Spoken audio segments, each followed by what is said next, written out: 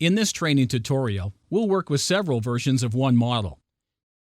During history matching process, we'll change relative permeabilities and create multiple model versions. Run calculations in Model Q and compare results on graphs in one window. I open the model in T-Navigator and run calculations. Let's check quality of history match.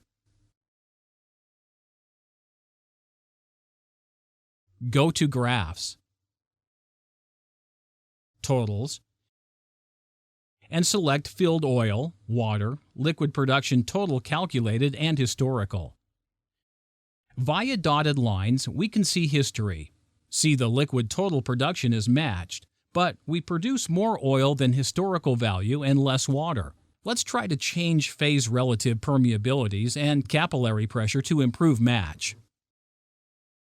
I create two copies of my model's .data file, variant 2 and 3. Now variants 2 and 3 are absolutely the same with the base case. I open second case in T-Navigator. Go to Properties tab and hold Shift button to move point of relative permeability curves. Move points to produce less oil and more water to match history.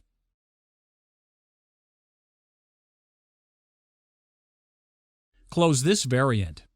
New Relative Permeabilities table is saved automatically in User folder near the model data file, so your initial RelPerms stay without modification. T-Navigator reads for difficult RelPerm for User folder. If you don't like the new curves, you can just edit or delete this file. Now, let's do the same for the third model variant. Open the model, change Relative Permeability table holding Shift and close it.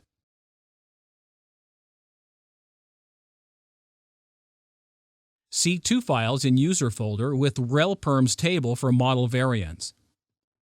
Then, let's calculate variant 2 and 3 in the Model Q.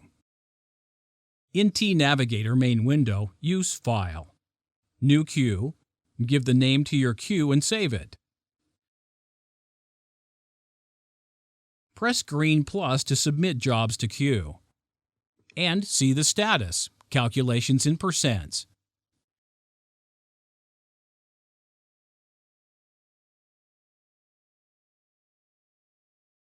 Use this queue to submit jobs in the evening and get results in the morning.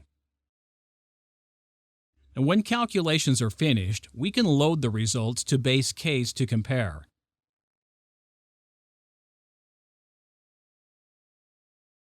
In the window with our base case press document, load results,